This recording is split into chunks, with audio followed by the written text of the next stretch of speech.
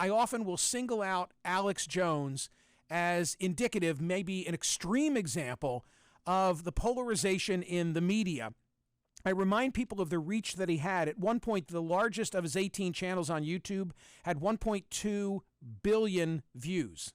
We celebrated here recently because my YouTube channel has just passed the million view mark. I was so surprised when you said billion. 1.2 billion views. Apparently, those people who go watch him are not turned off by him saying that Sandy Hook never occurred or that 9/11 was an inside job. That's another of his. That many people can't believe that. Are they just watching it are they hate watching?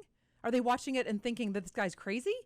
That's crazy. I think they're crazy if they're watching Alex Jones. Gosh. Okay, but remember this. A couple of years ago, this is the part of the story that I have to remind people of.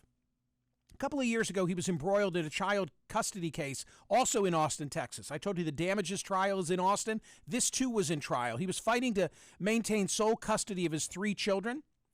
And his ex-wife said that he, Alex Jones, is not a stable person. Wow, what would give her that impression? At a hearing, his lawyer told the judge, because the wife was relying on Alex Jones' public statements, like the ones I just shared with you about Sandy Hook and 9/11.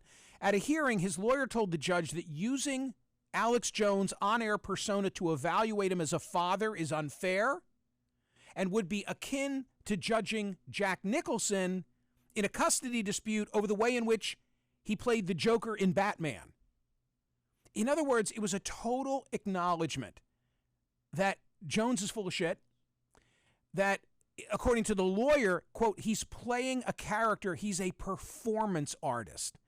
And I've so often said, TC, that the only people that I meet or speak with who see the world entirely through conservative or liberal lenses are those who have platforms. Like in my real life, I don't meet people who see the world only through one lens, or very rarely do I do that. And that also extends to a lot of hosts, because I think many of them say things they don't mean. I'm not cutting Alex Jones any slack at all. None.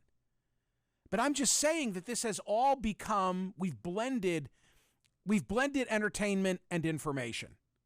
And Alex Jones is the great example of everything that I'm talking about.